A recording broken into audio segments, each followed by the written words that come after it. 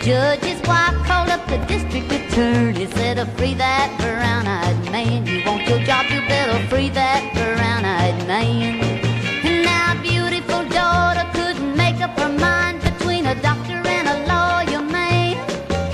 Her mother said, darling, go out and find yourself a brown-eyed handsome man, just like your daddy, a brown-eyed handsome man.